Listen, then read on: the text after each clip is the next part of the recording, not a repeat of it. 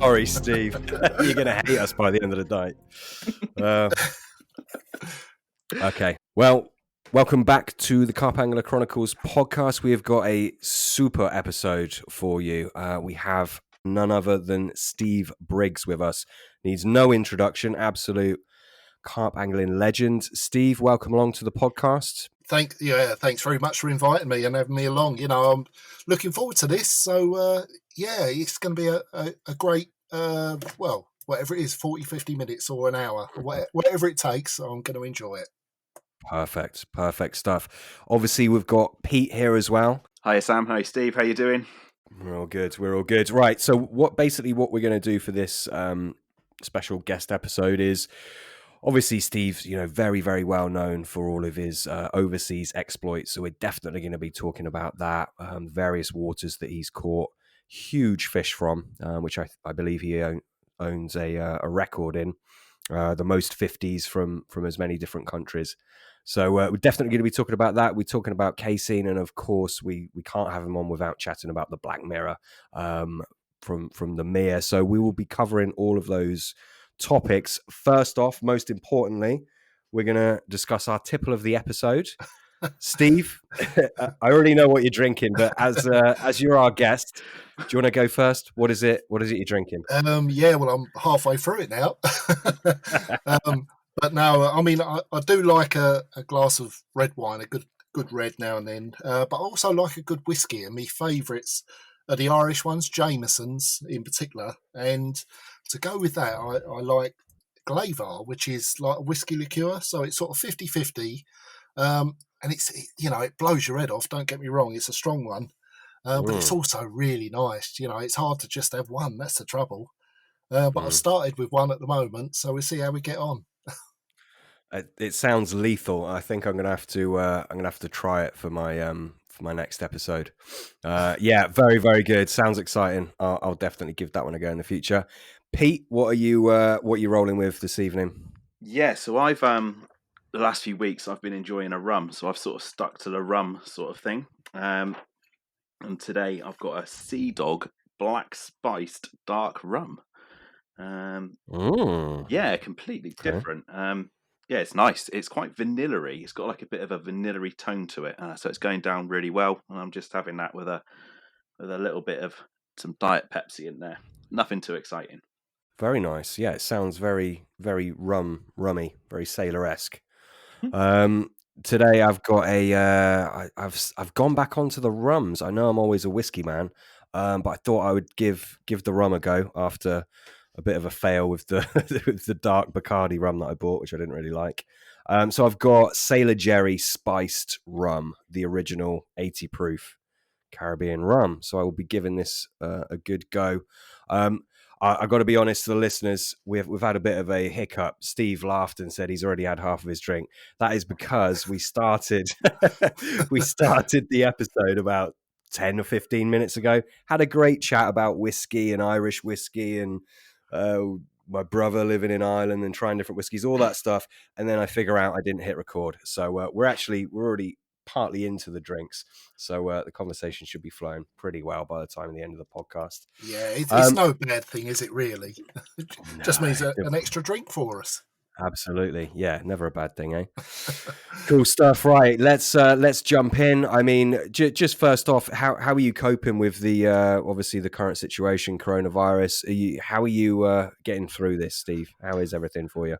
Well, okay, to be honest. I've just sort of switched off from thinking about fishing, and I suppose in a way it goes back to the old days of the closed season. I was used to having 3 months of the year where I couldn't go fishing, and I found other things to do, and it's not been such a bad thing in a way, because I've done all those jobs that needed doing. My garden, I mean, my neighbours are actually talking to me again now because the garden's tidy.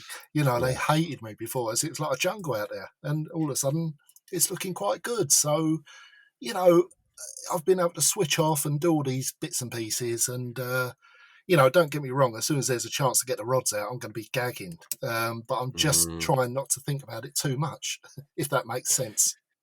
It does, and you're absolutely right about the close season, which is a really good point. I haven't heard anyone talk about that. But it's exactly the same thing. I mean, that was the case, wasn't it? There would be no fishing right now, except for maybe a few, very few and far between waters, if any at all. So you're absolutely right, aren't you? It's just it's like the old days again, I Well, and guess. yeah, I mean, those 3 months that we used to miss was some of the best months of the year. From the 15th of March to the 15th of June is when a lot of the big carp Mm. get caught now at their best weights. We missed that totally in the old days. So, Uh, yeah. Absolutely. Yeah. I mean, and it's the same for most waters, isn't it? I mean, well, pretty much every water obviously really switches on sort of mid-March time. I believe the Mere, which we're going to talk about, had good previous form around about that time of year, didn't it? Well, I always used to start fishing it around March time, and Mm. I tended to find I was on my own. There might be the odd other guy having a go, but I like to think that I was getting down there before everyone. Sort of Mm. giving me a little edge. Yeah. But I never actually caught one at that time of year. I, I sort of saw fish. I saw them show. I had nights where I got liners, so they were active, but I never actually caught one. But for Mm. sure, it was a good time to be there. Yeah, absolutely. So, I mean, leaning into your time on the Mere, which obviously we want you to explain and go into as much detail as possible about, how was it that first kind of heard about the Mere? I understand you probably heard about it long before you fished it, but how did that first come about for you? Well, it was actually sort of about the start of the 1990s, late 80s, and I was on Yateley. And there was a guy who was fishing down there at the time, and I remember him coming down all excited. And he said, I've been up in the Colne Valley walking around this lake. He said, 1,000,000% I've seen a fish that's a mid 40. And in those days, like we're talking Hmm. maybe half a dozen 40s in the country. So this, and they were all known as well. So for this fish to all of a sudden pop up, he wouldn't tell us where it was either, but he just said it was in the Colne Valley. Um, so it was so exciting, but he just wouldn't say where it was. So we sort of just forgot about it really. And it was probably 6 months later, and I was trying to make ends meet, doing work here and there, and I got a bit of work with a guy. He was a carp angler, but he had a carpet fitting company, so I was doing a bit of work with him. Hmm. And obviously we was talking about carp fishing, this, that, and the other. And I started talking about this lake with this unknown 40-pounder. And like he could have knocked me down with a feather. He just turned around and said, "Oh, well, I know where that is." He said, "I've been up there." He said, "If we finish work early one day, we'll go over there and have a walk round." And so, sure enough, that's exactly what we did. We finished work, went up, and that was my first look at the Mia. And you could just walking on there, you just got this sense that it was a headbanger. Do you know what I mean? The sort of Mm. place. It was just deep. It was full of weed. We never saw anything. We walked all the way around, and it just looked like there was nothing in there really. Um, and so I had other waters at the time, like Harefield. I started fishing Harefield 1990, and that was such a good water back then. Mm. That I really thought the Mere was too much of a sort of challenge to take on at the time. So I just sort of forgot about it for a couple of years until Jason Hayward caught that fish. And Yeah, then as soon as it went, got published, I forget where I don't know if it was Carp Talk at the time, probably was. I think it was. Yeah, yeah. Yeah. And as soon as I saw that picture, I thought, that's it. That's that fish. Mm. And sure enough, it was. Even then, it still didn't spark the interest for me to actually go down there and fish for it. I was just in awe that he had actually. I knew how difficult that fish would have been to have caught, and I just thought, fair play, he's gone down there and fished for it and caught it, which was an amazing achievement. For a fish to get to that sort of size and not be known or caught was unbelievable. So fair play to him. And yeah, it was, really for me starting to actually get an interest again. I forgot about it for years. I went off and did other things, fished a lot abroad, obviously. And it was only really about 2005. And I was talking to different people. The Mio was so undercover, that no one really spoke about it. So it was, uh, you just didn't hear or see anyone or talk about it. So it was like forgotten about. And then Mm. all of a sudden, I think it was with Crowe. I was talking to Crowe one day, and he said, "You know what? If I lived where you lived, I'd be on that mere every day." He said, "It's just down the road for you, 5, 7 miles away, whatever it was." He said, "I'd be on there all the time." And I thought, you know what? He's got a point.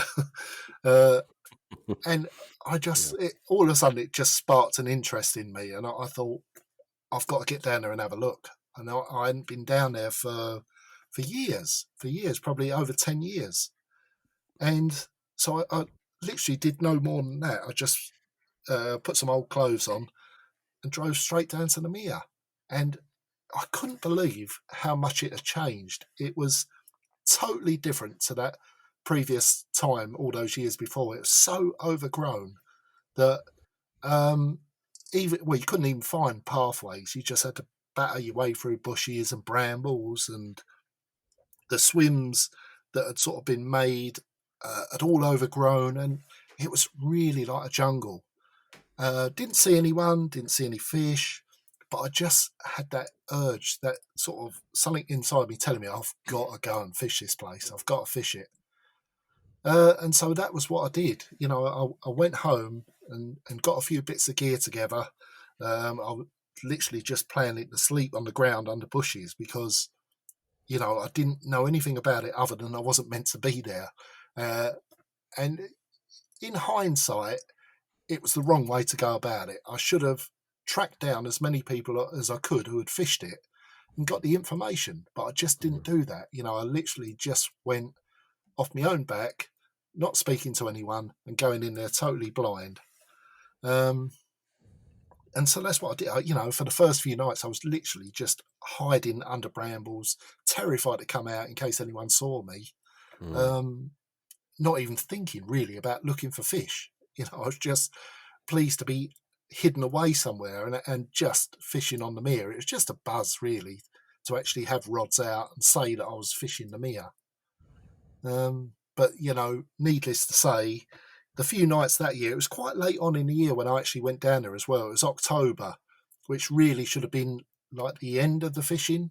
That's when it really tailed off. Um, so I sort of did a few nights. Nothing happened at all. I didn't see a fish. I didn't hear a fish.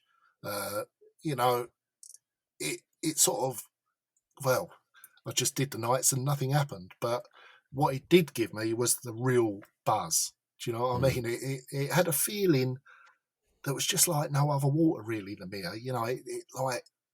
It was almost like a forbidding atmosphere. Like you shouldn't be there. And I heard other people say the same thing. It always had this like aura.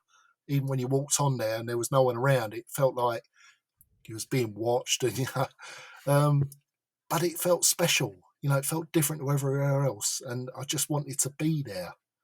And so, there was no question that I was going to start fishing there again the following year, which is, sort of what I did. Like I say, I got down there sort of early on. I wanted to be down there early so I didn't miss anything. Um, which in a way wasn't a bad thing, but the trouble was being there early in the year. There's no undergrowth, there was nowhere really to hide. So the places I was fishing was where I could be hidden away. And again, I wasn't looking for the fish. I wasn't finding the fish. I was hiding well, if you know what I mean. I was hiding well rather than fishing well, if that makes sense. It Because does, yeah, yeah. yeah, which was good in one way. I felt like I was pretty safe what I was doing, um, but looking back, I wasn't anywhere close to actually catching a fish. So you were prioritizing not being caught rather than putting yourself where you think the fish would be feeding. Your priority was not to get caught rather than to catch the fish, right? Absolutely, in those Mm. early days, absolutely, that's what I was doing. I was so worried about anyone seeing me there, that yeah, my main priority was to get tucked away, like be safe, not have to worry, uh, and the fishing actually came second. Mm. So was there a kind of turning point for you where you thought, do you know what, I'm going to put myself out there a little bit, put my nose on the line, and really go after these fish? Yeah, there was a turning point. Those first couple of years, really, I didn't put in enough time, and I didn't put in the time the right way. I was still having my trips abroad, and so I was missing big chunks of what was going on anyway. And I come to realise if I was going to do it properly, I had to do it properly and forego everything else. So I started the first 3 years you can wipe them out because I just wasn't fishing properly. It was really on the fourth year of fishing there where I thought, right, this is it. Get into Mia mode. Start cancelling trips to Rainbow and places like that in June, because June I need to be at the Mia. Mm, mm. And yeah, that sort of that was a turning point in my Mia fishing. Just taking it a lot more seriously and giving it a load more effort, load more concentration. Mm. Yeah. So I mean, just to backtrack a little bit, and then we'll continue on. You came across the Mere in the late '80s. I think it was '92 when Jason caught it, around about there. Yeah. Yeah, something like that. And then you started, like, when was it that you actually started fishing it? It was actually 2005 when I Hmm. started fishing it. Okay, cool. And those first few years, or 2 or 3 years, I think you said, where you weren't really all in, you weren't full on.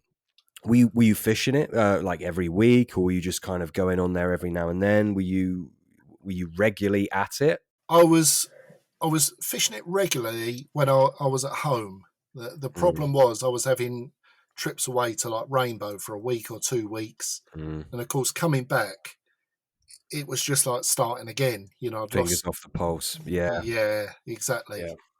Mm. Okay. Um, there was one instance which actually I've sort of skipped past, which I should mention. Uh, about 10, it was about my 10th day of fishing it on the second year.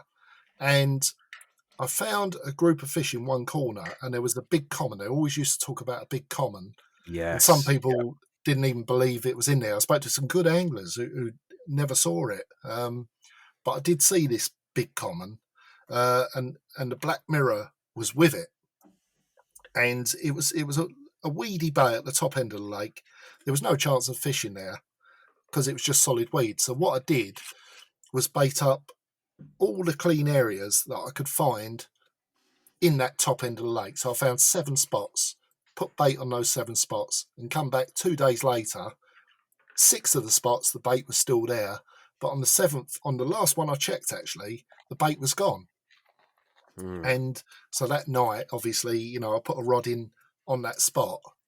And I got a take about midnight that freaked the life out of me. I was just laying on the floor under a bramble bush.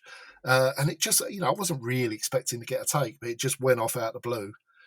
And I just jumped up and rolled down the bank, as it was quite a steep bank. And I was feeling around for the rod as I knocked the rod over and everything. And I was actually laying on the rod. When I found it, I Mm. pulled the rod out from under me, and the hook length had snapped, and the fish was gone. Oh no, no. Yeah, I was absolutely gutted. Yeah. So you, at this point, you're obviously, you're not bivvied up with with a barbecue out. You're in the undergrowth. Are you sleeping in under like a tarp or something like that, or you just got a sleeping bag in the brambles? Yeah, it was literally just a sleeping bag on the floor under the Mm. brambles. Yeah, Yeah, in those early days, it was really uncomfortable, yeah, really uncomfortable. yeah. But with that loss, I thought I'd found a clue. Do you know what I mean? I thought all I've got to do is find a fish, bait up the areas, and see which one gets cleared. And 2 days later, there was an algae bloom and all the water went green. You couldn't see any of the spots. So, Mm, and that was it for the rest of the summer. And that was so typical of the Mia. You'd find a little clue, think you got something, and it'd throw a brick wall in front of you. It's weird, but it would or you'd come back and there'd be a tree falling on the spot you've been baiting.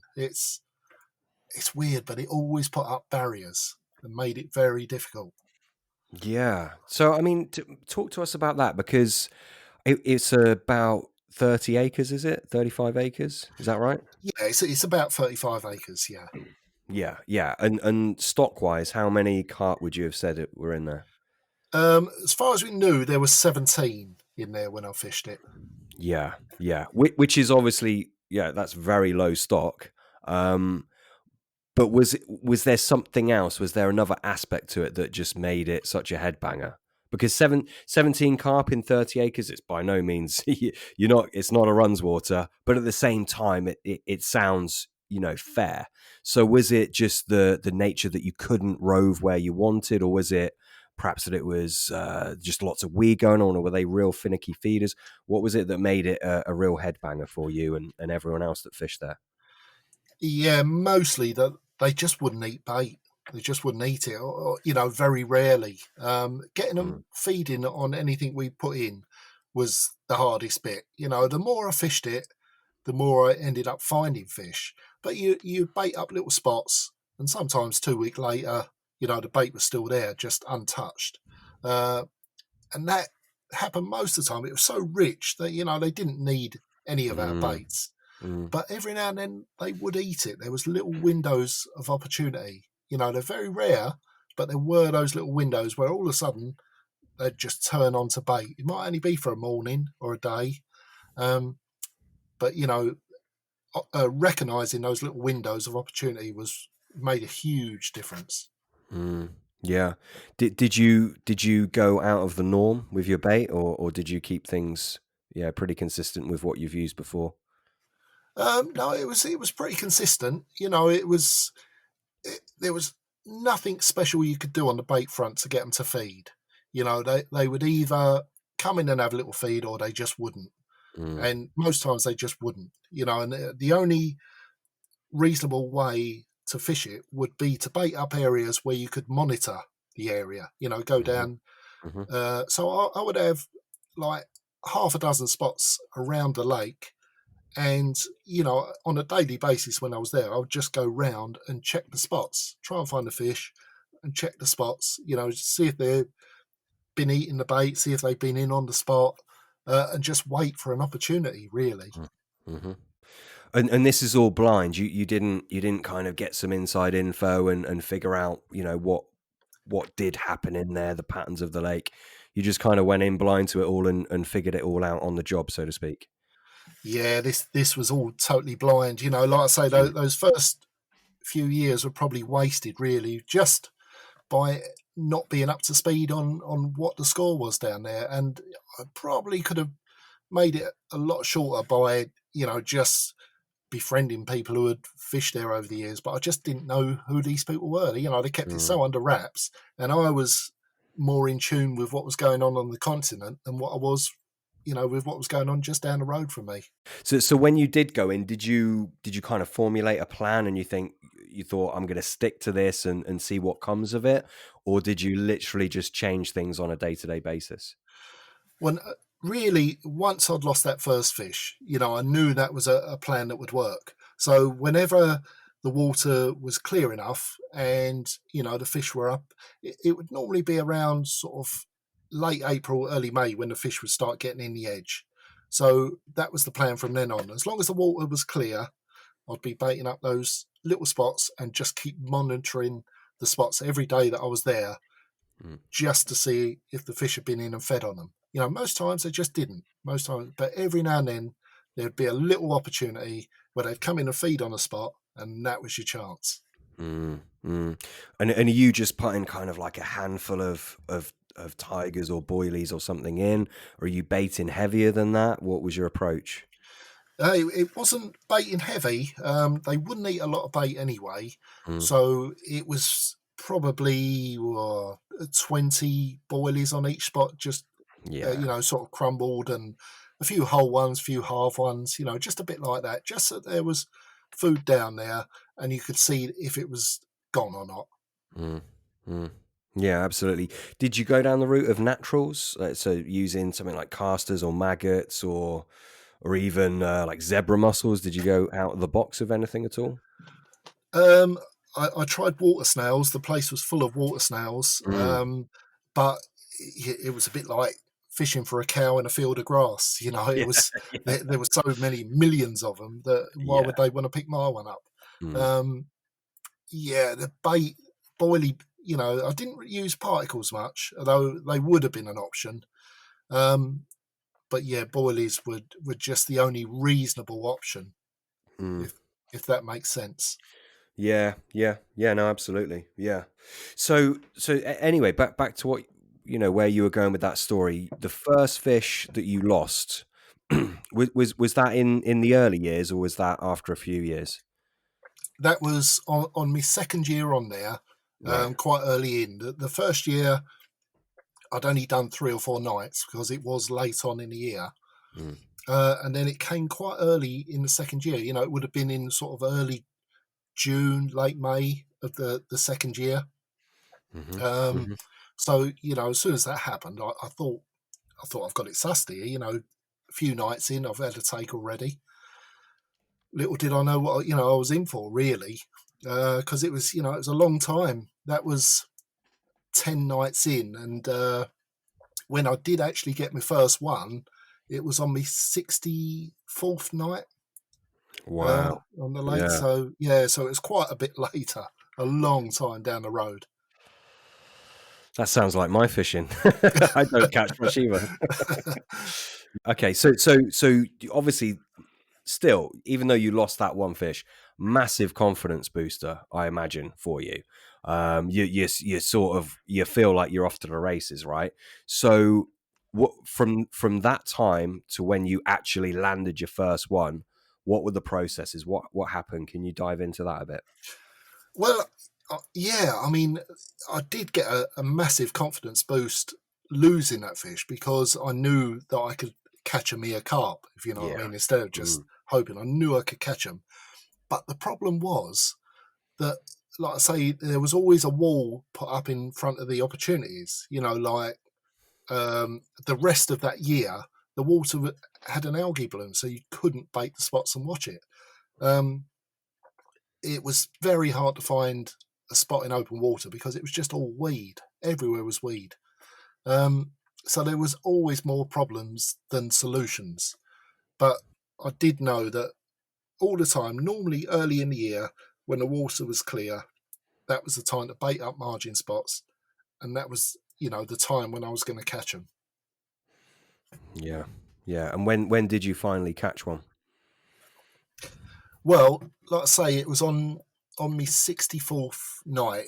I know it was early June, and like I say, I'd been baiting margin spots and going around checking them every day. And I came up to this one spot, and I hadn't seen fish feeding anywhere, and by now the weed was already starting to come up. It was actually coming up on the spots I was baiting, about 2 foot off the bottom. And I was Mhm. beginning to wonder whether they were just going to completely weed over. Uh, and all of a sudden, I just came to this one little corner in a bay, and it looked like a tractor had been through there. All out of nowhere, the fish had been in there and fed like a good one. And as I was standing there watching, this common about 34 pounds, something like that, just wandered through, and you could sort of see that he was looking for food.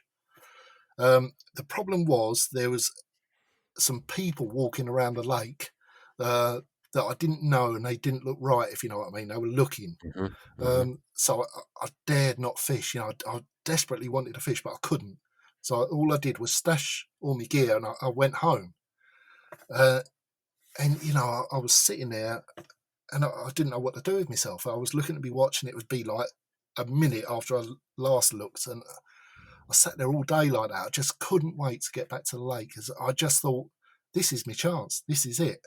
Mm. Um, so it got, till sort of dusk, I suppose. I couldn't wait any longer, and I was so confident that I actually I knew that if I got a take, I'd have to put my chest waders on. So I actually had my chest waders on in my sleeping bag because I knew I was going to have to be up. Yeah. And and I woke up. I mean, I love a sleep. Don't get me wrong, but I woke up about 4 o'clock in the morning, looked at my rod. I thought, oh no, it hasn't gone off. It hasn't gone off. I'd been there about 4 or 5 hours. Oh no. And literally, as I flopped back, and with that, it just ripped off. Literally, I just flopped back thinking, oh no. And it just ripped off. The fish Oh must have. wow! And the hook bait was probably about 6 foot in front of where I was sitting. So I was lucky I didn't spook it, really.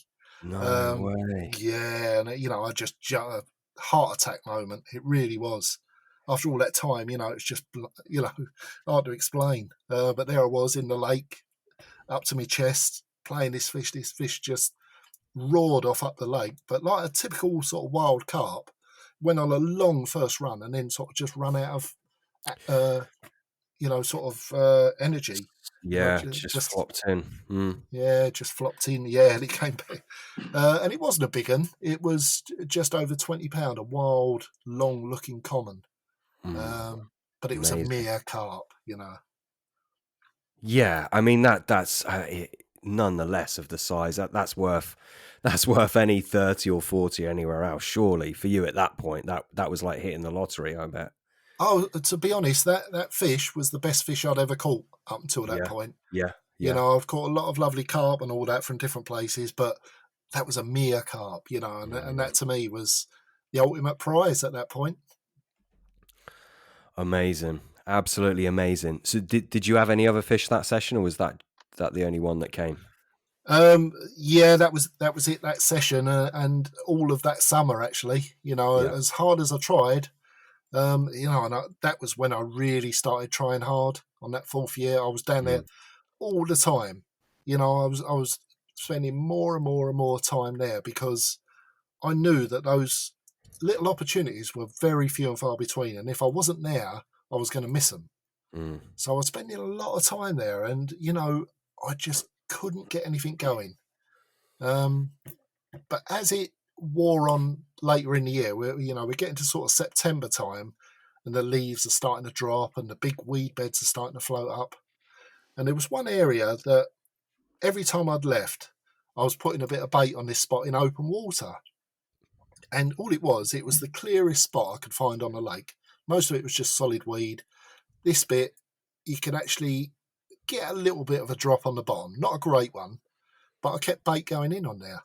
And when they started showing in the edge, I just started drifting out into open water. I cast a lead out on this spot that I'd been baiting, and all of a sudden it just went donk and was really smooth. And I thought, hold up, something's going on here. It was never like that before. Yeah. And so I had a little hinge rig pop up on that, and over the course of 2 weeks, I did 2 4-night sessions in a swim called the Beach.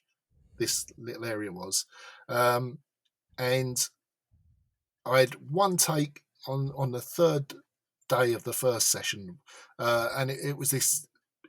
Well, it was a lovely wood carving common, 2912. It's just a beautiful thing. And the following week, I had another common off exactly the same spot, same rig, same little pop up, 38 1/4. This big, fat, deep common. Wow. They were the only 2 bites in the 5 years I fished it. They were the only 2 bites I ever had from open water, and they both come off that little spot in the space of a week. So, Wow. but yeah, that was. I was over the moon with them. Do you know what I mean? Because they come sort of late on. It was getting near the time. October was almost. If you hadn't caught one by then, you weren't going to catch one, sort of thing. I wouldn't normally ask, but we're bait men. I've got to ask you, seeing as you emphasised that they were both on the same little pop up. What was the little pop up that you were using? I thought you was going to ask that. They were actually homemade. I used to have a big thing about microwave pop-ups, and all my life, my favourite pop-ups have been microwave pop-ups, and you just cannot get a mix for them now. I would still make them now if you could get the mix. Yeah, you can't. No, you just can't. No. But they were homemade little yellow plum pop-ups. And funny enough, I caught a lot of good fish. I had one bag that for about a year I didn't use them, and when I started using them, everywhere I took them, I caught good fish on them. Mm. And once they run out, I never had any more. That was it. End of. Gutted. Yeah. What was it? What other than the pop up base mix? Obviously, what was in it? You had the plum flavor. Did you add any organic acids or betaine or anything else? No, there was a few different little things that I'd had from various, I suppose, from the Hutchinson days. I used to love Hutchinson baits Mm. in in the sort of late 90s. So I used to have his dairy sense appeal. Oh, what was the? I'm trying to think what they were now. It was like he had a fruit um, powder enhancer and he had a dairy powder enhancer, and I Hmm. used to put a little bit of both in. I used to make it sort of a bit fruity, a bit creamy, if you know what I mean. Hmm. Um, and if I remember right, it was the SBS sweet plum. That was the flavour, which was Yes, probably the best plum flavour I ever used. Yeah, it was a magic little flavour, and along with the dairy, sense appeal, and it all just worked together. Yeah, it was. They were good little pop ups. They were. absolutely. Um, okay, so I mean, you mentioned obviously you had an occurrence where there were some people walking around that weren't looking right, and just for the listeners that aren't too clued up on it, obviously fishing unfortunately wasn't allowed on there at the time, at that time in life. Is that due to it being a site of specific science interest, or was there something else going on there that perhaps people don't know? Well, yeah. I mean, it was an interesting story, really, because at one time you used to be able to join it on a club ticket. Yeah. Hardly anyone did, but it was possible, Mm. and it was going to become a landfill site. This was Yeah. the problem, and the anglers who were on there, they got together and they decided that they were going to try and save it, and their way of doing it was to get in touch with the nature groups, blah blah blah, Yeah. whatever, and just try and get across how special the place was, the wildlife and everything that was on there. And they, sure enough, they came down and said, "You're right. This place is amazing. The wildlife and everything else. Mm. We've got to make it a triple SI site and basically save the lake, but stop fishing. You've got to stop fishing." So it was like they saved the lake, but at their own expense, which was a bit of a bummer. Yeah, that I remember reading Wilmot's book, and that was Alan Tompkins, wasn't it? I That's believe. it. Yeah, Who? that's right. Yeah, Yeah. yeah. Which obviously I think he got a bit of a a bit of a hard time over doing that, but it obviously transpires that it was either that or it's going to get filled in, and obviously you don't want it to be filled in, do you? So Well, yeah, I remember reading about that. Yeah. yeah. I mean, he saved the lake. I Mm. mean, we would have lost it if it hadn't been for what he did. Yeah. And in a funny sort of way, it made the Mere what it was. It made it so special and made the fishing there so special because of the way we had to fish it. If it was Hmm. a free for all, a club water, it wouldn't have had that same aura what it had. Absolutely. Yeah. I mean, I imagine even if it was a I don't know, something ridiculous like a three-man syndicate, I bet my bottom dollar it still wouldn't have had that same kind of mystique. Obviously it's not right to go and fish somewhere that you shouldn't, etc. But back in that day and age, I imagine that was just part of the magic there. And you said yourself, every time you were there, it was like electric. You felt like, oh, I shouldn't be here, but I'm being watched. But at the same time, you're so compelled and drawn to it. It must have just been such a unique experience in your angling life. I can only imagine. I mean, I really can. There was nowhere else like it. There really wasn't. You were sitting there amongst nature Mm, because you wanted everything to be as untouched and undisturbed as possible. So, the pathways were tiny and the little swims we had were tiny. We just blended in with the undergrowth. And, mm, you know, we, you'd sit there and deer would walk past, kingfishers on the rod. This isn't imaginary. It all happened, and mm, like nature would just come to you because you were blending in with it. You wasn't setting up a bivvy and a big open swim. You were just mm. in the undergrowth, and yeah, it was amazing. The nature and wildlife around that place was, unbelievable, exceptional. It was all part of what made it what it was. Yeah, just quickly, what was the most surprising thing for you about the Mere and your time on the Mere? The most surprising thing, probably, I suppose, the fact that I didn't actually get caught. I mean, that there wasn't more. It was almost like there was a truce on there in reality. Mm, That they knew we were there, but they could see we was looking after it. If mm, you know what I mean. No one else mhm, was looking after it. We were. I'd go down there in the winter and do my own work parties, picking up rubbish and things like that, because I knew it would, people, it'd benefit us in the long run. If they could see we was looking after it, they'd think, well, what harm absolutely. are they doing? So, yeah, that sort of surprised me because I know it had been a lot more strict before that. And, those first couple of years, I was terrified fishing. I really was, of Mm, getting caught. And then I came to realise for that period that there was almost a truce. Yeah. So in a way, that sort of surprised me. mm, mm. Yeah, I mean, how was the accessibility there? Was it? I mean, I appreciate in the early days you were perhaps a little bit overcautious with it all. Once you'd kind of got used to it a little bit, was the accessibility a real issue, or was it better than you expected? Did you have to leave your gear down there, or did you take it every trip? Yeah, a lot of the gear I used to leave down there. My bed chair, sleeping bag, brolly. In the end, I used to have an oval brolly and everything, and made it a Mm, lot more comfortable for myself. But all of that stuff I used to leave down there and stash. yeah. I used to wrap it up in like sheeting and bury it, Hmm. hide it in the bushes. So like, I just took my rods, uh, and bit of food, and a little rucksack with me. So you still had to run the gauntlet going in there because you had to get in through like a sailing club entrance. Hmm. So it's sort of picking the times a bit where you could get in, because there was a few times I went in, and if they saw you, if you happened to bump into someone, they would always question what you were doing, Yeah. and they knew that anglers were on there, and they didn't particularly like it that we were on there. So Mm, if they saw you, they would always question it. So you could sort of pick the times. You knew when they would come and go, when they wouldn't be there. So and it was like getting in tune with the fishing. You would get in tune with knowing when it was okay to go in and out, if you know what I mean. You could mm, pick your times. yeah. What was your story when they did apprehend you? Well, we had all different stories.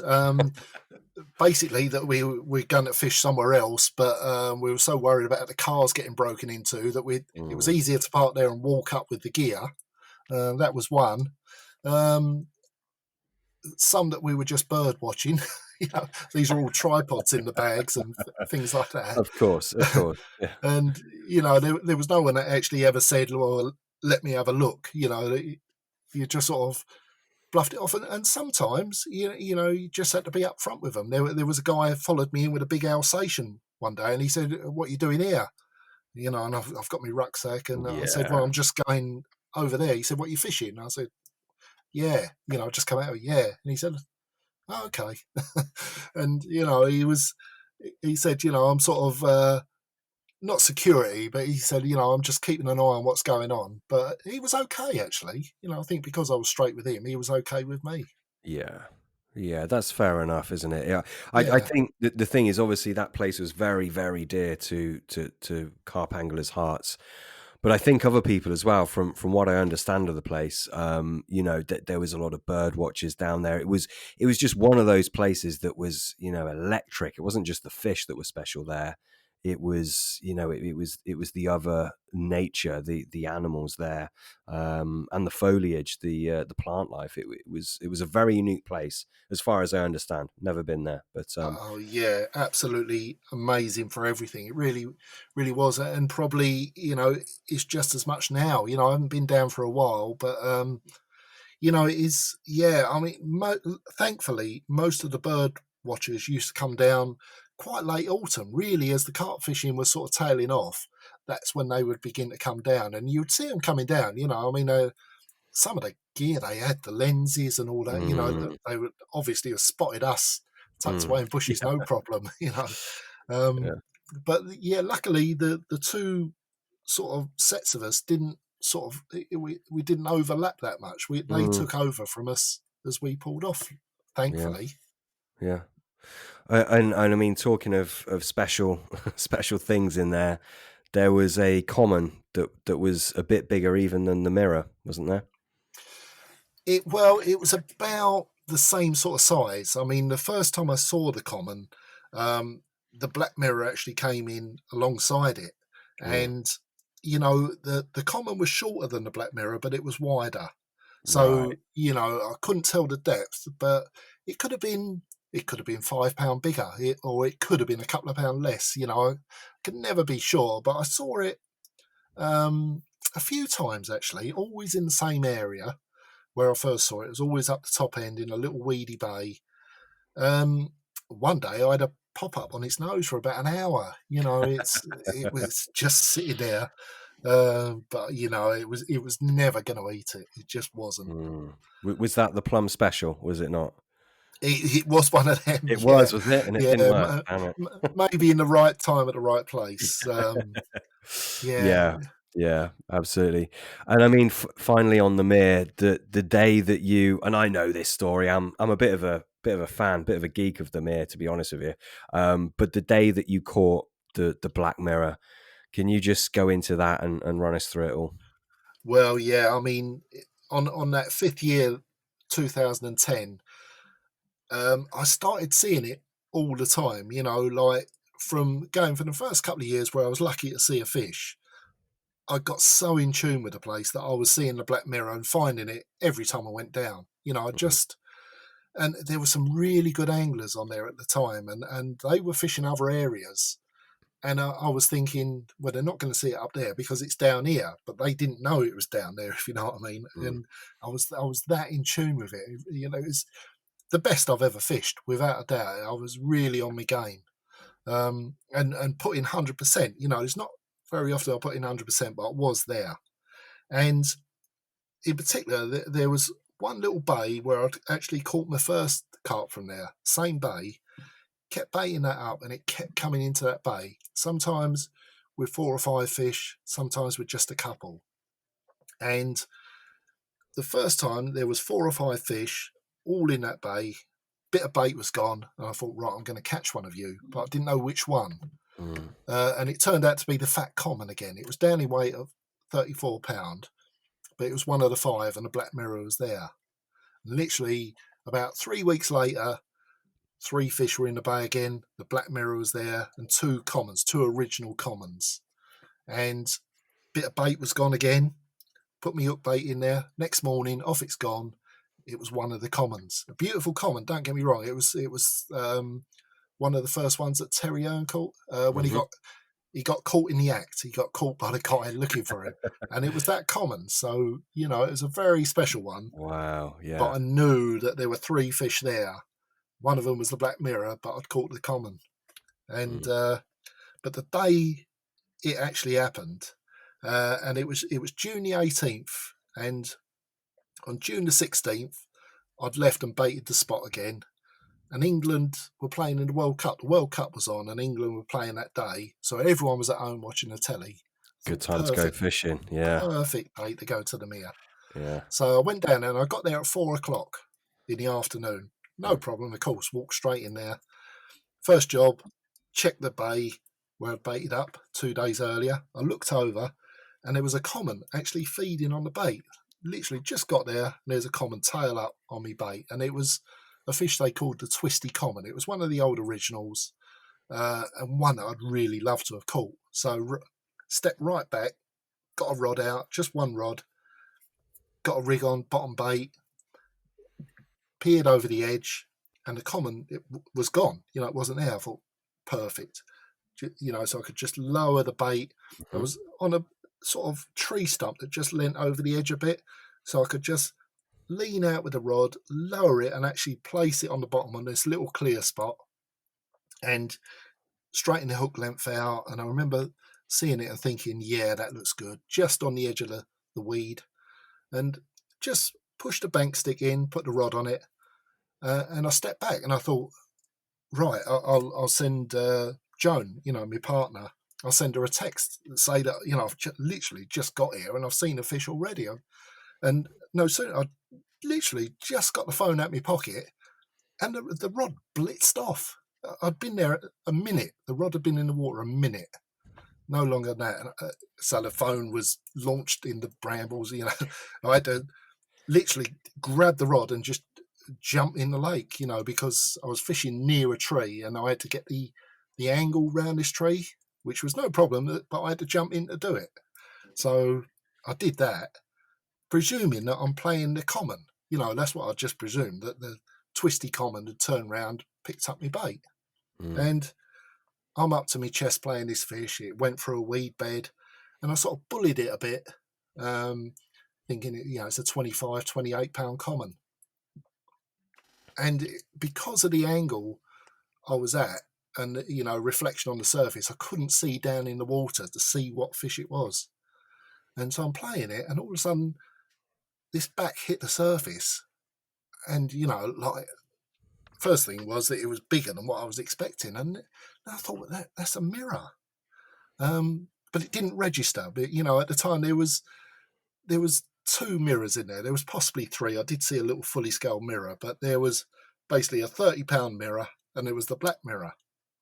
And I thought it was a mirror. And it didn't sort of register, but I've carried on playing it. And then as it's sort of came up to the net and just over the net, just the size of it should have given it away. But, it's weird. You're just not thinking straight. And it was the tail, that lobe of the tail, the flat lobe, that went over and into the net. And I thought, oh my God. And it was just meltdown. I literally just threw the rod behind me, grabbed the net and looked in it. And my head just exploded. I can't even remember what happened. It was just amazing. I've never had a feeling like that in fishing in my life. It was just incredible. But there it was. It was in the net, the black mirror. It was there. Unbelievable. Amazing. I bet you had a few Jamesons and Glavar that night, didn't you? I sure did. Oh, I'm having one now just on the strength of it. Good man. Yeah. It's such a magical story. And I'm the same. I've caught fish that I've been after and I'm playing it. I'm like, can't be. I can't caught one from here or what have you. And even when it's in the net, you still have to check back, don't you? And you double, you double guess yourself and think, no, it can't be. Yeah. It's a weird sort of feeling, isn't it? Because you're looking at it and, it's there in front of you, but it's almost like you're dreaming. You think, is this real? Is it real? Yeah. You looked at so many pictures, of the fish. And I mean, Terry Owen's book, Pursuit of the Largest. Yeah. I must have read that chapter on the Mia, God knows how many times. And I had to stop reading it in the end to do my own fishing instead of like trying to sort of go down the same lines as Tell, if you know what I mean. Yeah. Amazing. And you were the last man that caught it. It was actually the last bite on the lake before they all died. Really? Yeah, it was the last bite. That's how close it was. Yeah, literally no one else had a bite off anything. And then 8 weeks or whatever it was later, we got the tragic news. Oh, yeah, got in 2010. What was the date that you caught it? It was June the 18th. I caught it. Right. Yeah. Oh, past 4. Yeah. 4:04. Yeah. Remember it down to the minute. Yeah, I bet. Yeah. Just in the open season, which is kind of nice. I don't know. Which was kind of nice. Yeah, that's when I thought when I'd baited up on June the 16th, I baited up at the start of the season and caught it just inside, which was it's nice. Something very proper about that. I love it. Absolutely love it. Thank you so much for relaying those stories. I mean, honestly, I'm sitting here in my element. This is surreal for me. So thank you so much. I think what we'll do is we'll move on to your overseas adventures, which I think Pete is going to speak to you about now. Okay. Yeah, I don't know if we'll be able to match that. Can I just? Sorry, I know we've sort of covered the mere, but just one question about the mere. From your capture, was that once you caught the black mirror? Was that sort of like the end of the mere for you, or would you have stayed on if it wasn't for the fish kill? Would you have gone back for the big common? Yeah, actually, good question that, because most people, the black mirror was the target, and once they caught that, they pulled off.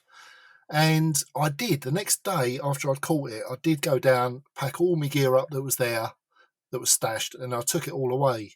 Um, but it does have an amazing pull, and within a week or 2 weeks, I was walking back round the mere, and yeah, without a doubt, I would have gone back down and tried to have caught some of the commons, because there were other good commons in there. There was probably only half of the fish in the mere ever got caught, and Hmm. we were seeing other good commons that, including that big one, that just never got caught. And yeah, I would have gone back and tried for one of them for sure.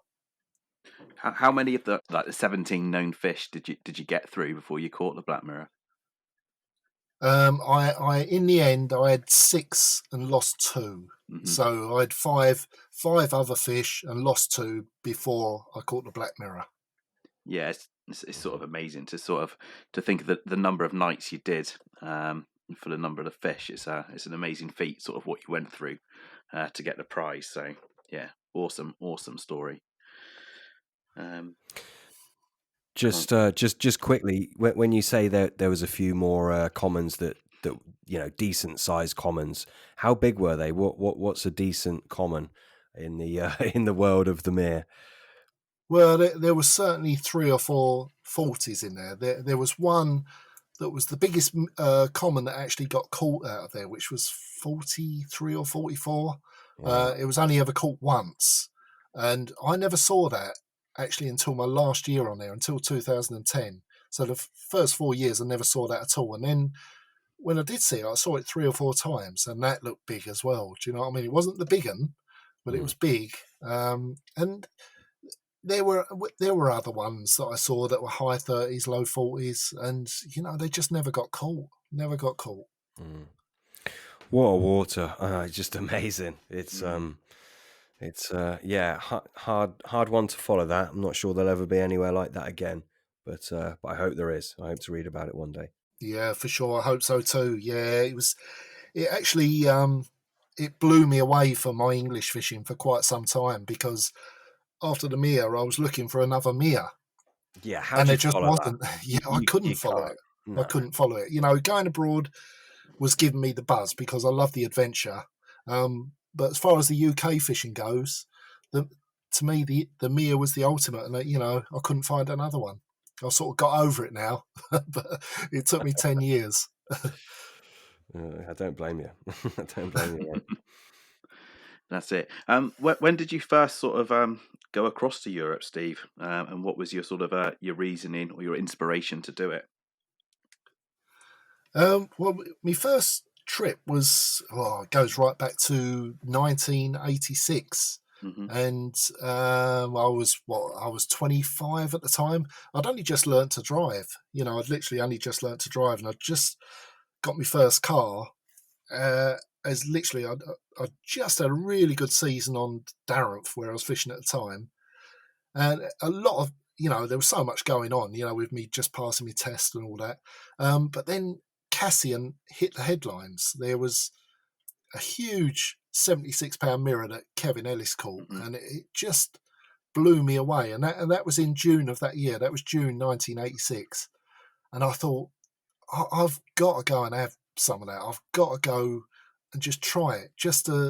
My plan was just to go there once, to say I fished it, had the experience, and sort of move on, carry on with my normal stuff. So, like September 1986, headed off down there with my girlfriend of the time.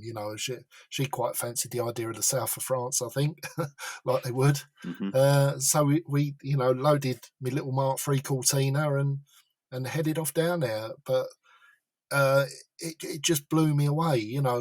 I'd seen pictures of the fish, I'd seen pictures of the lake, and somehow in reality, I didn't think it was going to be as good as it looked. Uh, and it turned out it was even better than it looked. It wasn't the size of the place. The size didn't blow me away because I knew it was big before I went there, but it was just the whole atmosphere, the lovely clean water, sandy beaches, the big fish jumping at night, and it was just so different but so good. It just blew me away. It really did. What was a general sort of stamp of fish, like the size of fish, back in Cassien back in the day? There wasn't a huge head of carp back then. There was a number. I suppose there was a range, the whole range of fish really, because we caught them from sort of £10 up until the high 70s, which with Kevin Ellis caught. So there was, a lot of them were sort of 20, £30. There was quite a few 40-pounders, but there was a number of 50s. Not loads, but they were in there. But, when you consider 50s didn't exist for us until No. then, like the biggest fish I'd ever seen was just over £30 from Darenth. And that was all we knew. We didn't know anything else. And then all of a sudden, like, here was a lake with 50-pounders and even a chance of 70. It was like winning the lottery. Do you know what I mean? This didn't exist until we found out about Cassien. So it was for me, it was like the hair rig. It was that bigger advance, or the fish meal boom. This was the start of the continental boom, and all the chance of really big fish. That was where it all started. How was it? Imagine sort of when you first going over there and you completely green to, I guess, like the road trip and the big European fishing. Sort of how much of a shock was it? Was it to the system? Did you sort of you go and then you come back thinking I seriously need to sort of up my game here, or did you sort of fall into it okay? No, it was a huge learning curve. It really was. I mean, where do you start? I mean, my rods for fishing in England were 11-foot 1 3/4 pound carbons. So that's what I took the Cassien, 11-foot 1 3/4. They'd be light barbel rods now. You wouldn't even dream of using them for carp, but that was all I had. So you went across, and I can remember going up the North Arm and pulling in at the side and casting out a marker float. And, well, I got fed up with waiting for it to hit the bottom. It was taking that long. I thought, what's the point? So I just reeled it back in and went somewhere else. It was that deep. It just, the lead never even got to the bottom. And there was so much, the snags. I'd never fished a lake with tree stumps and things like that. I was losing every rig every time I reeled in. It was a bit soul destroying, but I'd learned sort of just to fish at the times when the fish were feeding, and just ignore the rest of the times because I was just losing tackle. And the other thing was the crayfish. I'd never fished anywhere with crayfish, and they were annihilating our baits. So there was so much to learn. It was such a huge adventure really to take on looking back, but an exciting one. It was problems that I wanted to overcome, and things that excited me about fishing. It was great. Everything about it was great. Yeah, it's that sort of era. So I mean, the Kevin Ellis fish is something that's always struck me as something that's like one of those iconic moments in carp fishing. I was actually born in 1986, so I can only imagine. Was you really? Wow. So I can only imagine sort of, I guess I'm just about in the millennial bracket. Just times have changed so much. So you guys are going out there with it's just a different world back then. I guess even from sort of driving across there nowadays, I've got the luxury of Google Maps and sat nav. I imagine you had to sort of it was really was back then sort of a drive and survive. Well, it was literally a car and a map. That was all we had. There was no internet, there was no mobile phones. There was no information. There was nothing. There was literally this little bit of blue on a map in this country called France, which I'd never been to before. no one I knew had been to France. That was how it was in them days. Yeah. And it was a long way away. It took me 3 days, I think. I got lost in Paris. I shouldn't have even been anywhere near Paris, but it was everything that could sort of be thrown in your face happened, sort of thing. But that all sort of made it what it was. It was a big adventure. And now people go to France every year for a jolly up with their mates and, a beer up with the lads. But back in them days, we just made it up as we went along. And, they were brilliant days. I'd love to be able to go back to them days and do it all again because it was fantastic. Yeah, I imagine like magical stuff. So I guess like Cassien sort of lit the fire for you, and you're sort of renowned now, especially your YouTube blogs and things. You're renowned as a European sort of trekker. You get around the continent. So you've got a record, haven't you, that Sam mentioned earlier, which is you've caught more 50-pounders from different countries than anybody else. How many is that, Steve? Well, it's 14 countries now, so I'm one in front. I've got a guy in Slovenia. He's a good mate, actually, Christoph Kuderman, and he was ahead of me for a while. He was on 11 countries when I was on 9. For a few years, I thought there was no one else out there, and then he came out the woodwork and said, "Oh well, I've caught all these." And, sure enough, he has. I thought, blimey. So I've gradually caught him up and overtook him. Mm-hmm. And yeah, I'm now on 14 countries and he's one behind on 13. So wow, we sort of spur each other on, if you like, which is, it's good. He's great. He puts me on waters. I try and help him as well. And it's friendly rivalry, if you like. Yeah, nice. But yeah, I've got. Yes, that's nice. Is it all I've in just Europe? got the upper hand at the moment. Sorry, Steve. Yeah. Well, I mean, we've got the South African one. Just trying to think. Yeah, I suppose the rest are all in Europe, but yeah, the other one, the only one outside would be South Africa. Nice. No, excellent. So one thing I was going to ask you, and it's one of our sort of our questions that we're going to ask sort of like all of our guests, is what is the most surreal thing to happen to you when fishing? So you can answer that however you like, but there was one thing which might sort of crop up in that was one of your videos. I distinctly remember you catching a deer. I didn't know if you could Yeah. tell us about the deer. Yeah, I just thought that was fascinating.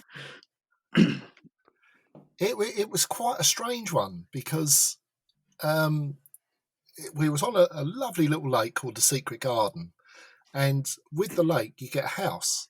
A house comes with it, and it's a lovely, beautiful house that literally overlooks the lake. So, we sort of spend a lot of time. We have the meals in the house. There's Sky TV in there, so the rods were outside anyway. And I'm sitting there, and I think we were just having lunch, and the sounder box has gone into meltdown. I've got this screaming run, so I've got running out into like a pack of dogs, and I'm thinking, where all these dogs come from? Like. They're all barking and yapping, and I'm just trying to get to the rod. And so they're running around, and I knew what they were. They were hunting dogs, but I didn't know why they were there. Anyway, I picked up the rod, thinking that there's a fish on the end, and there's a set of pads further down, close to where I was fishing, and like I could see the pads moving and everything. And it was only, it took a little while, and all of a sudden I thought, I can see a set of antlers out there, which I sort of looked twice, in case it was a branch or something. And then, and I thought, no, I've got a deer. And what it was, the deer, he'd gone through my line, obviously escaping the dogs. But he was right down low in the water. He was obviously keeping as low down as he could, not to be noticed. But the antlers were sticking up in the air. So, I've ended up with this deer. And we was trying to get rid of the dogs. So, we got the gate open and the dogs were going out. And so, yeah, I've gone out in the boat and, yeah, got the deer. Unhooked the deer. Well, he wasn't hooked. It was wrapped around his legs, the line. So, yeah, it was a weird one, and he was all right. He was just relieved to get untangled, I think. But yeah, it's a strange one. Watching that video, I just think I couldn't do that. I don't think. I just think like a wild deer, especially if it's being hunted, it is going to be in self-defense mode, and it's quite incredible when you just. I guess you're out in the boat and you've just got its hind leg sort of up in the air and you're unwrapping it. And I thought that was quite incredible. Well, you've sort of hit the nail on the head there, really, the fact that it was being hunted. And that's when they're dangerous, because I'll tell you what, loads of people say to me about the wild boar, and there's like, obviously all these countries we go to, a lot of them have got wild boar, and everyone's terrified of them. And I'll tell you what, we've seen hundreds of them over the years, and I've sat down with them and fed them out my hand, some of them. Never had an aggressive one at all. And it's only because they're trying to protect themselves. When they're being hunted and shot at, yeah, of course they're going to attack you. When they feel safe with you, they're all right, and wild boar aren't wild at all, when they feel safe. They'll come round your bivvy, you put out a bit of maize, they'll eat it, and they're fine. Wildlife is fine if you don't antagonise it. Yeah, so sorry to cut. You're absolutely right. There's I'm very lucky to live near the Forest of Dean, and we're really lucky. We've got wild boar there. There's obviously very few places that there's wild boar, truly wild boar in the United Kingdom, but there is in the Forest of Dean. And absolutely right. I've fed very young ones, literally out of my hand. They've been quite shy, but you can get them feeding. And you're right, Steve. It's wildlife like that, particularly bigger wildlife, bigger mammals, they're very tame and they're inquisitive. They're not they're not the scary beast that many people would make them out to be, unless they're cornered or unless it's a sow, a mother with her young, and she's cornered or she's pushed. But it was interesting you say that. I know Europe, the continent, is rife with wild boar, which is absolutely fantastic. It must be exciting, sort of fishing in that kind of area. I mean, I've never fished abroad, and I was saying to Pete earlier, actually, it's for whatever reason I've never been pulled towards it. If I had a week spare, I'd be down by the little unfished resi or something, But that side of it, the nature side of it, must be really unique. Being accustomed to the nature that we have in England, and then going abroad and perhaps dealing with the wild boar or the koi pew, it that must kind of present its own challenges a little bit. Yeah, I mean, it's just something that you become accustomed to, like me and my wife Joan, we would both go literally looking for the wild boar. We'd find tracks and follow the tracks and, hope to see them. And you're the first person I've actually spoke to that, sees it the same as me, actually realizes that these aren't big, scary animals. They're only scary because what we can do to them. If we're attacking them, they're going to attack you. It's natural. But if you're good to them, if they feel like they're not in danger, then they just wander around like there's no problem. Yeah. Very confident, aren't they? They can get really, absolutely really plucky. Yeah, for sure. So where are we heading now? So you there, Pete? Yeah, I am. Yeah, it's all right. Sorry, mate. No. Oh, sorry. I'll shut up. I'm going to shut up. No, I was. I wanted to chat to you, sort of like do a little bit about Cassien and the Kevin Ellis thing. I didn't know if that was going to be your inspiration. I know it sort of was for a lot of guys back in the day, and why they headed onto the continent. I think sort of moving on, we've got a few. So me and Sam put a few sort of questions down, didn't we, Sam? Unless you sort of got anything else you want to sort of speak to Steve about. Something that I read that it's a bit of a selfish question, actually. Being a guy that's got a gal, but also absolutely loves fishing. I mean, my time is tight. I run a couple of businesses, and I freaking love fishing. But I also love my girlfriend. Little violin moment. How did you or didn't you get Joan on board with your angling? Was she already into that, or was it your influence? How did that happen? I don't know if you've ever spoken about this. Oh yeah, well, not often actually. It's not often it's asked, but No, I mean, she was already very much into it. She had always fished before we met, and she was actually running the bar at Farlow's. That was how we met, the bar and restaurant. Oh, And wow. yeah, that was literally a bit of closed season fishing. I went up, and she was in there running the bar, and and the rest, as they say, is history. But when we got together, the first thing she said, "I'd love you to take me to Cassien." And, of course, I'm thinking, well, she's expecting like bivvies and comfortable beds. And I said, look, in those days, there was no night fishing or anything like that. I said, look, it's not that sort of place. You've got to be a bit careful. You can't have beds. You can't have a bivvy. And she said, yeah, that's fine with me. I'm all right with that. And so we went, and yeah, she was absolutely fine with it, And the thing with Joan is that she doesn't want to be left behind on any trip. She wants to be on all of them. I don't have to persuade her to go. I would have to persuade her not to go if I wanted to go with mates, if you know what I mean. And then she'd have the No, she wants to be there all the time. Absolutely. I heard a story that she that you were I think it was Cassien, you were fishing and you went, I think you went to the shops or something. You were gone maybe an hour. You come back, she sat in the water with a rod and a net, broken her leg, and she's got a huge fish in the net. Is that real? Is that right? Yeah, that's absolutely true. Yeah, I mean, this is how much she loved being at Cassien, because we were there. It was January as well. It was freezing cold, and we'd just moved into another swim, and she had fallen down the rocks. I heard her calling. Wow. So I had to literally get in the boat and go round to her, get her in the boat and get her back to the swim. And she said, I think I've broken my leg, but she said, we're not going to the hospital. We're not going home. Just wrap it up. I'll be all right. Wow. So literally I just, we tore up a T-shirt and wrapped it around her leg. And so you can imagine what it's like. She can't move anywhere. So I thought, right, we're stuck with this swim.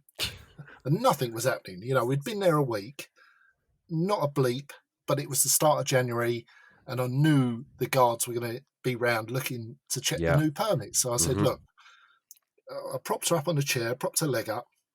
I said, look, I'm only going to be about 45 minutes, an hour at most, just to get the new permits. And she said, yeah, fine, I'm all right here.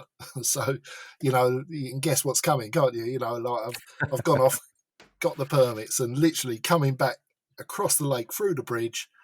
And I thought, I'm sure that's her sitting in the lake. And, I was trying to strain my eyes, and I thought, what's she doing? And so I've gone across, and yeah, literally, she's sitting in the margins with a landing net in one hand and a rod in the other. And she said, well, I couldn't move till you come back. As soon as I'd literally gone out of sight, one of the rods has gone off. It was her rod as well. It wasn't my rod. And it was a 4112 mirror. Jeez. Yeah, so she had to literally shuffle down to get the rod, and then shuffle back up to get the landing net, shuffle back and get into the edge to net it, basically. What a woman! This is who I've been. Dedication for you. Yeah, it's the kind of lady I've been looking for. I mean, what happened then? Did you pack up and head off to the hospital, or believe go it or home, or not, what? we actually stayed there another 2 weeks. With she a broken leg? With a broken leg, yeah, and it was broken. I looked after her as best, as best I could. Okay. Gosh, it sounds terrible, doesn't it? It does, mate. Yeah, it really does. Was she happy to stay, or did you? Oh yeah, no, it was her. It wasn't my idea. It was her. She said, "No, we're staying."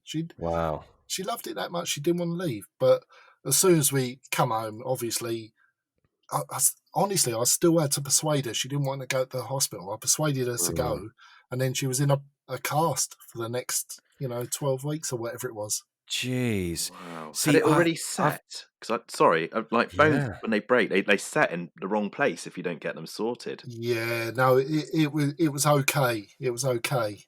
Yeah, they still did whatever they did with it, and it worked out okay. Yeah. See, I would have seen. I think I've been going for the wrong women. I'd have seen that as a test. When she said, "Don't worry about it, I'll stay," I'd be thinking, "Hang on, this is this is some kind of test. She's feeling me out. But it sounds like you got a good woman there. She's That's a one-off. amazing.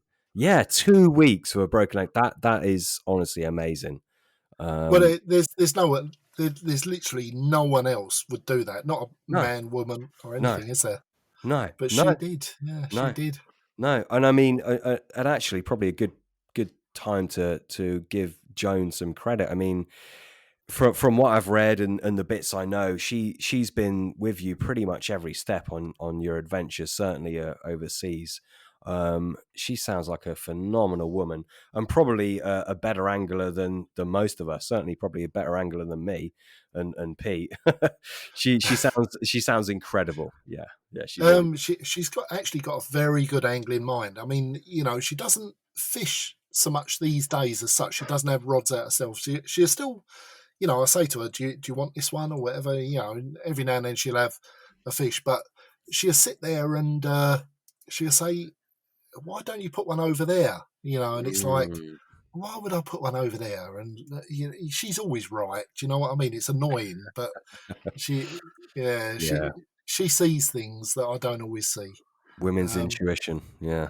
Yeah, she's got a good angling brain. She has. She sees things. Mm. Have you ever been out on the bank and obviously you're with a lady? Have you ever been scared? Has there ever been any situations where you've been feeling uncomfortable? To be honest, no, really.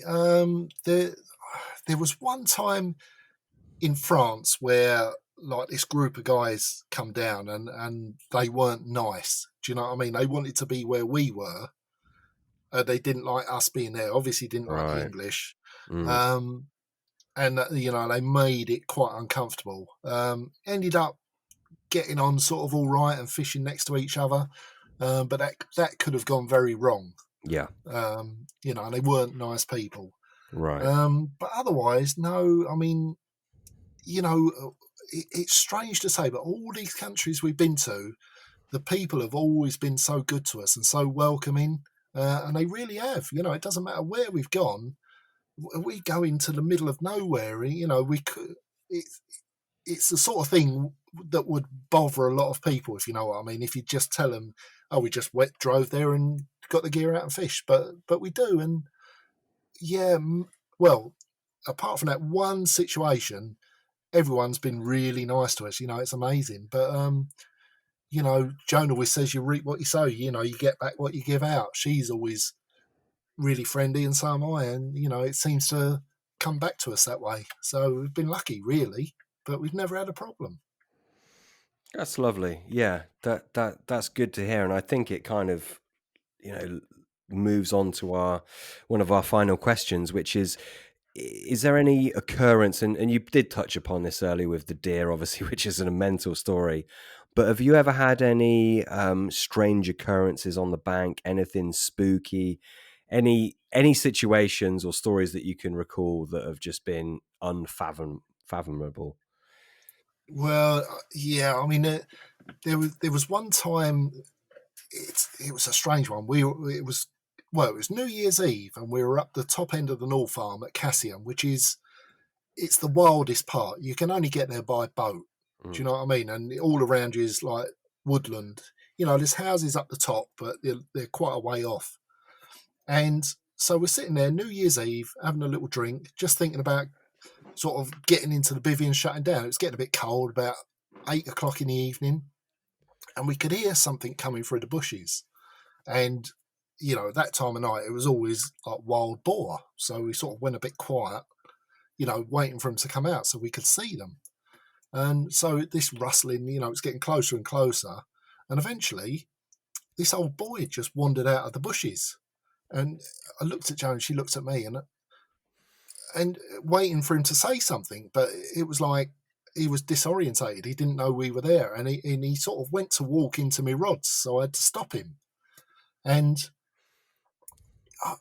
to this day, I've got no idea where he could have come from, because to get to that point walking would be down a mountainside, for like a mile and a half, a couple of miles. It's a job and a half. And this was an old boy as well, and he wasn't drunk. I can tell but he was a bit disorientated and sort of like, he couldn't speak English. And I was trying to say, where are you trying to get to? And he was sort of just pointing towards like the margins of the lake. He was going to walk around the edge of the lake. Well, I knew that if he walked around there, he would just end up in the lake. You couldn't get round. So I thought, Christ, what am I going to do? And I said to Joan, I said, I've got to try and get him up to the road. And the road it's a mile away through. It's an uphill struggle through the mountainside in just trees. But what else could I do? I thought, I've got to, there's nothing else I can do. So I said to Joan, you just have to stay here. And literally, she thought it was a trick to get me up there and I was going to get mugged by a gang of them or something like that.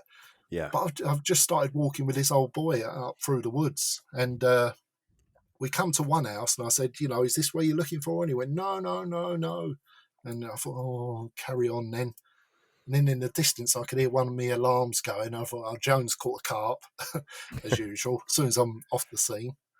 And so, like, 2 hours later, literally, we've gone through the undergrowth, over rocks and boulders, and I've got him up to the road.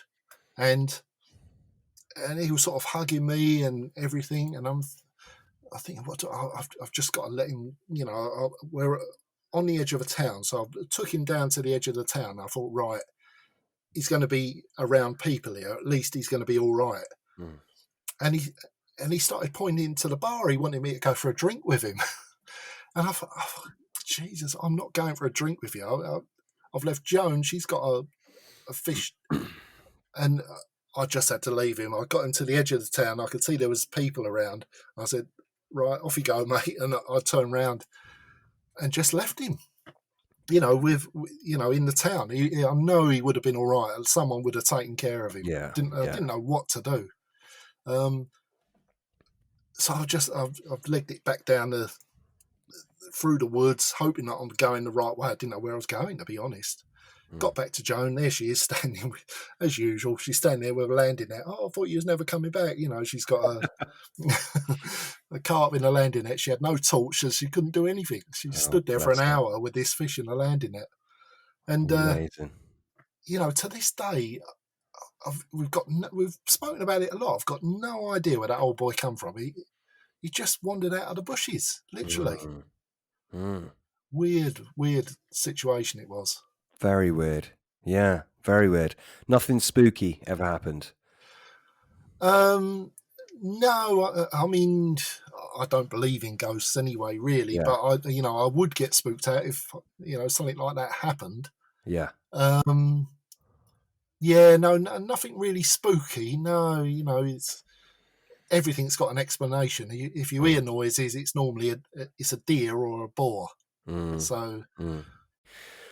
Absolutely. And kind of just before we wrap up, just the last real question, for want of a better phrase, and then what we'll do is we'll do a quick fire.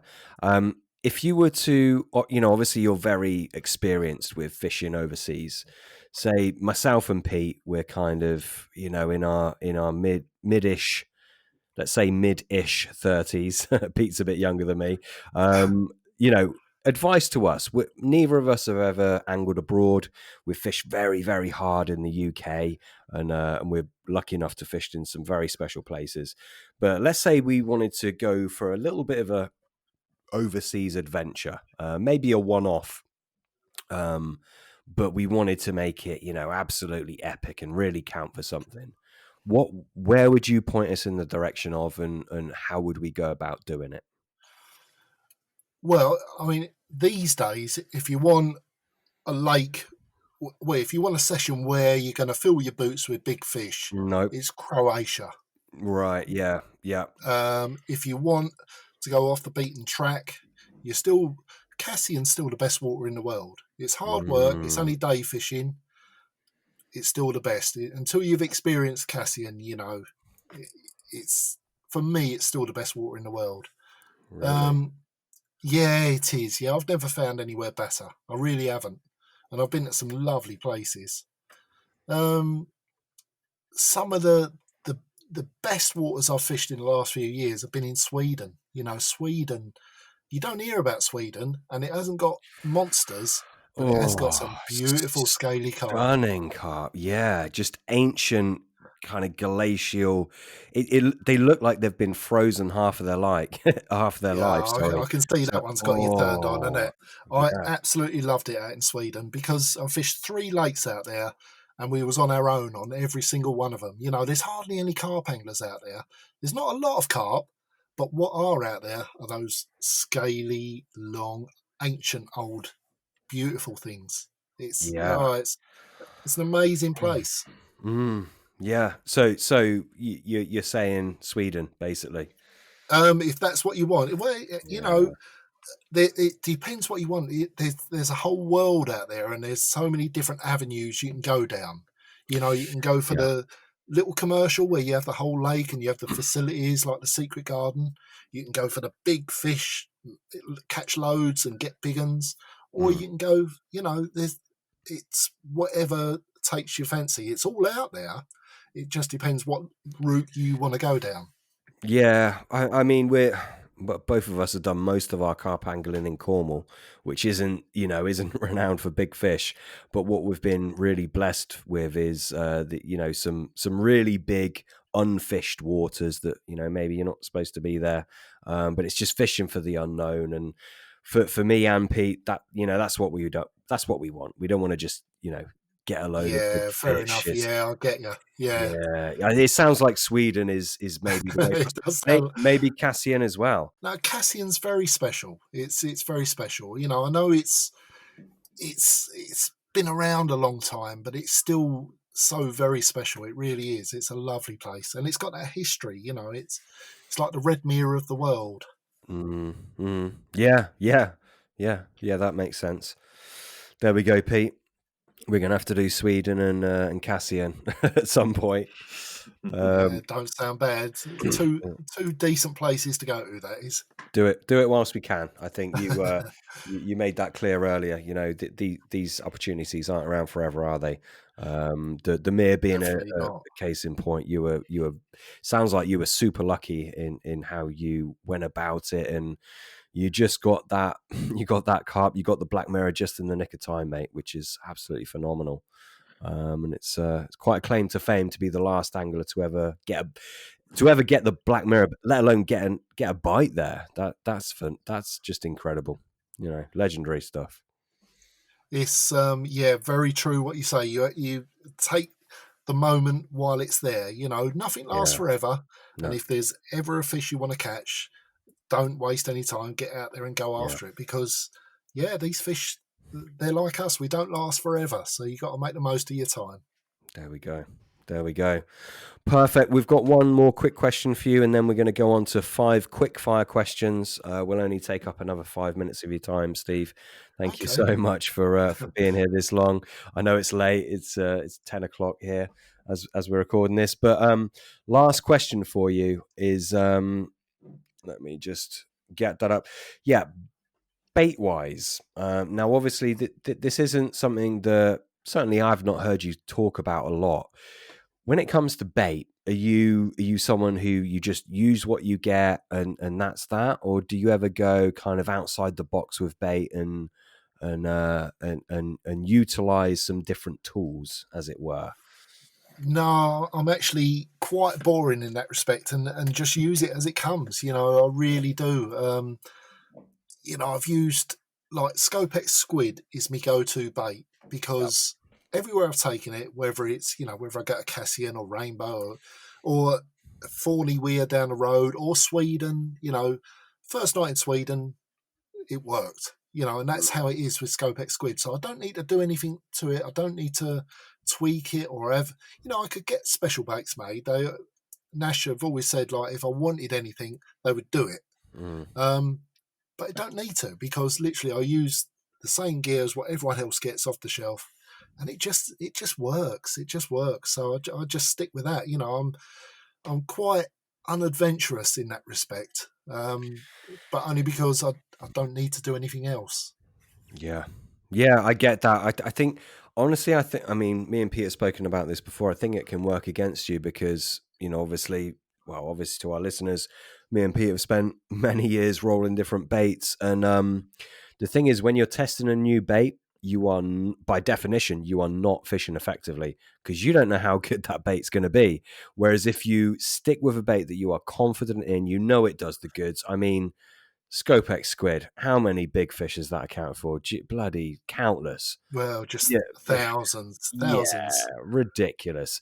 Well, one of the good things about fishing for a long time, like I have, is that I've been through all that stage of self-doubt and trying different things, gone down the rig route when I'm not getting bites and the bait route.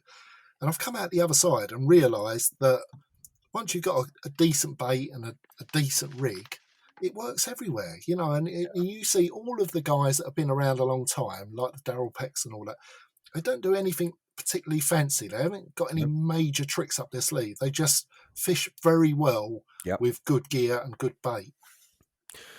Yeah, absolutely. I was saying this the other day on another podcast. It's, pretty much everyone has got a good rig these days. Like in this day and age, no one's got a bad rig. And most people are fishing with a good bait. It comes down to finding the fish, the watercraft, figuring out their patterns, and going at it from that angle. So I agree with you, Steve.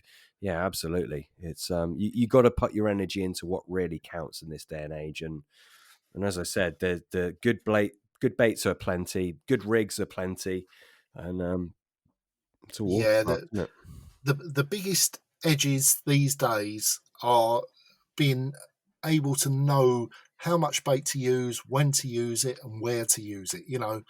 People might have a good bait or exactly the same bait, but not knowing how much to use or where to put it and how to put it in.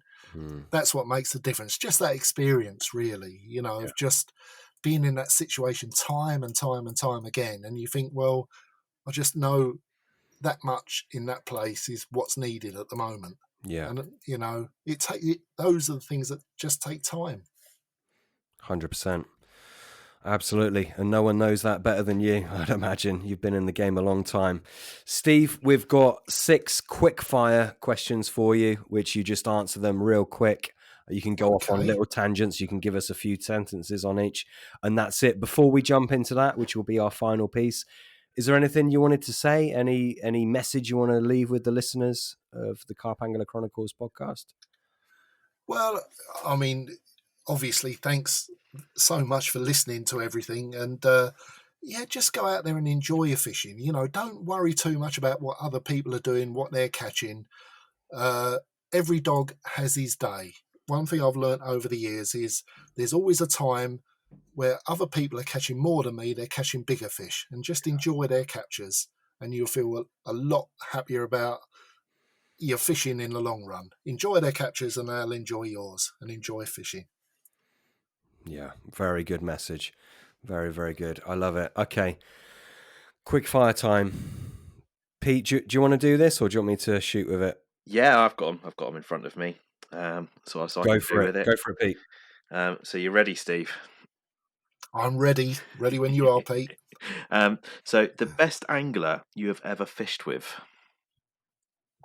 I would have to say Rob Malin, because he just found a way to catch carp.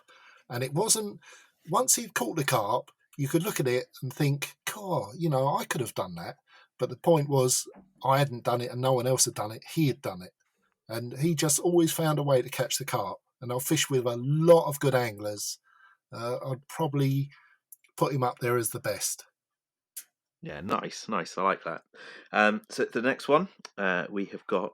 So it's a preferred method of catching them. Would you rather hunt them down, i.e., stalking, or would you prefer to estimate where they will be and bait and wait? Personally, my favourite way of catching them would be in the edge, sort of Mia style, baiting up and waiting for them to come in, because that's the most exciting. Probably 95% of my fishing is baiting for them where I know they're going to come in and eat it, and waiting for them.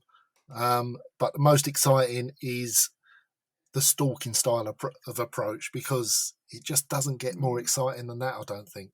It's hard to beat, isn't it? really is. Yeah, absolutely. Do you do much floater fishing as well, or do you sort of tend to leave that? No, I still do it. Not as much because European waters don't tend to lend themselves to floater fishing, so it's only when I'm at home. But I do love it. When I get the chance, I do love it. No, that's brilliant. Yeah, no, just exciting, I think. So going back to your European fishing, if you could only fish in one country again, which would it be? Blimey, that's a good one. And not an easy one to answer, actually, because the obvious answer would be France. But I feel like France isn't what it was 20 years ago. France 20 years ago was all open to being discovered, whereas like now France has all of its lakes have got their own local anglers on, if you like. They're French anglers, and they're not they're not that receptive to us going on there. So it's one country. God, blimey, that's a difficult one. It really is. It might be somewhere like Belgium, because Belgium, they've got the same mentality as us. They got some beautiful carp. That would certainly be high on the list. Or Germany, because I've met a lot of German people over the years, got on very well with them. I seem to have a really good relationship with German carp anglers, and their fish are amazing. So perhaps out of all of them, I would say Germany. Perhaps Germany, yeah. Okay. Hang on. So sorry to interrupt, fellas. Hang on a minute, Steve. So you're saying Germany, but you said for us Switzerland would be the place to go. Sweden. Sorry, Sweden. You're just thinking of the blondes. What? Yeah, I am. Yeah, that's my problem all over. What's the deal there? Where's the difference between what you would say we should fish for and where you'd want to fish? What makes that the place you'd want to stick for? Yeah, I mean, you're basically talking about a one-off trip or a couple of trips. There's not many waters in Sweden. There's very few waters. There's probably you might have only a dozen lakes in Sweden with carp in. The only lakes in Sweden that have got carp are the ones that have been stocked by carp anglers themselves. So there's not many of them. Whereas Germany's got a national stocking policy. And, you've got a lot of old lakes in Germany that hardly get touched, absolutely don't get touched with good fishing. So, we overlooked that early. The problem with Germany is that most of them are old club waters, and you need to know people in Germany to actually get on those lakes. They're not waters you can just go out and fish. Right. That makes perfect sense, and I feel silly for asking now. But you say no, it's a great question, actually. Yeah, no, but there's only a few waters in Switzerland with carp in. Sweden, bloody hell, keep doing that. I've got these Swiss blondes on my mind. Sweden. There's only a few of them. Yeah, Sweden. Yeah, there's not many. There's not many at all. No, wow. And the first one I fished, which was the most amazing place, it was actually a guy that I met on Cassien probably 20 years ago, and he had put the fish in this lake in Sweden himself 30 years ago. And, they have long, cold winters out there and all that. They don't spawn. They haven't spawned at all. And all the carp in there now are these same carp that he put in there 30 years ago. They're still in there. They're still growing very slowly. Wow. Yeah. Sorry, they don't spawn? No, there's nothing grown. There's no young ones grown on. Wow. All these carp that are in there are the same ones. And they live well. They survive. But because they don't get fish for, basically, hardly get fish for. But they're very old. They're 30 years old, these fish. But they're still 20s and 30s. There's one 50-pounder. That was like the extreme, just one-off grower. But yeah, they're not fast growers, but they live a long time. That's fascinating that they don't spawn. I mean, I wonder if that's part of it, because I think it definitely takes it out of the carp, doesn't it? Spawning, both the males and the females, I think. Well, yeah, very much so. I mean, maybe there's lakes in Sweden where they do spawn, but certainly the ones, there is a carp farm out there. There is a guy who actually grows, spawns carp. So it is possible, but that's obviously under controlled situations. But no, on this first lake I fished, those carp that are in there are still the original ones that he put in 30 years ago. Wow. Are they all glacial lakes? I've never been over there, but I mean, I in my mind's eye, they're all glacial lakes. Yeah, And they are. That's basically exactly what they are. They're typical how you can imagine. They sort of slope off and go down to a deep sort of bowl in the middle or whatever. They're all reed lined. There's loads of reeds, thick reed beds all the way around, pine trees. They're absolutely stunning places. They really are. It's a stunning country. Presumably, really nice country. You're limited as well with how many months of the year you can fish, because they have quite a long, hard winter over there, don't they? Yeah, by the winter they're talking about driving cars, across the lake and going ice fishing and all that, So yeah, the season's quite short over there.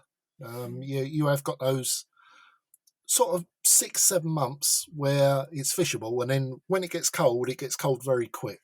So the season shuts off very quick. I wonder if that's got anything to do with the spawning. Who knows? Well, I should think it has. Yeah, I mean, I don't know the ins and outs, but I would say that's the reason. Just probably the normal spawning time or whatever. It's just too cold. That's it. Nice. Yeah, good. The next one that we had, easy one for you, Steve. Boilie or particle? Well, boilie, basically. I do use both, though. I often, I'm a big believer in hemp, so I'll often use the Scopex squid with hemp.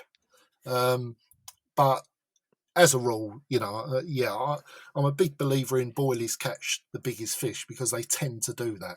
So, yeah, boilies for me. Yeah, I think history sort of dictates that one, doesn't it? Yeah, I think so. Yeah, and this is our final one for you. So, if you could go back, would you do anything differently in your angling career? I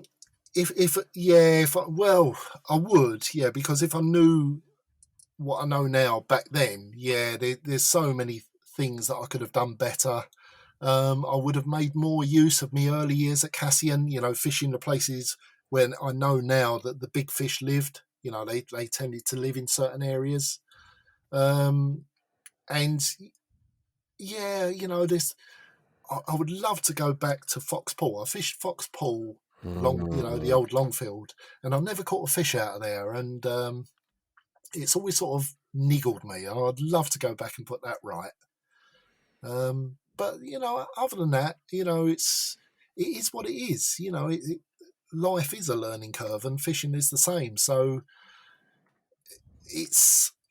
I've only kept going this long, if you like, because I've enjoyed the journey that I've taken. There's loads of people that come into it these days, and 5 years they're gone because it's like I've got to catch them now, and they've got to be big, and it's like it's never going to last long. Whereas for some reason, I've still got the passion to get out there and do it. So, I suppose in a way I've done it right over the years. So, I couldn't really change too much, I suppose.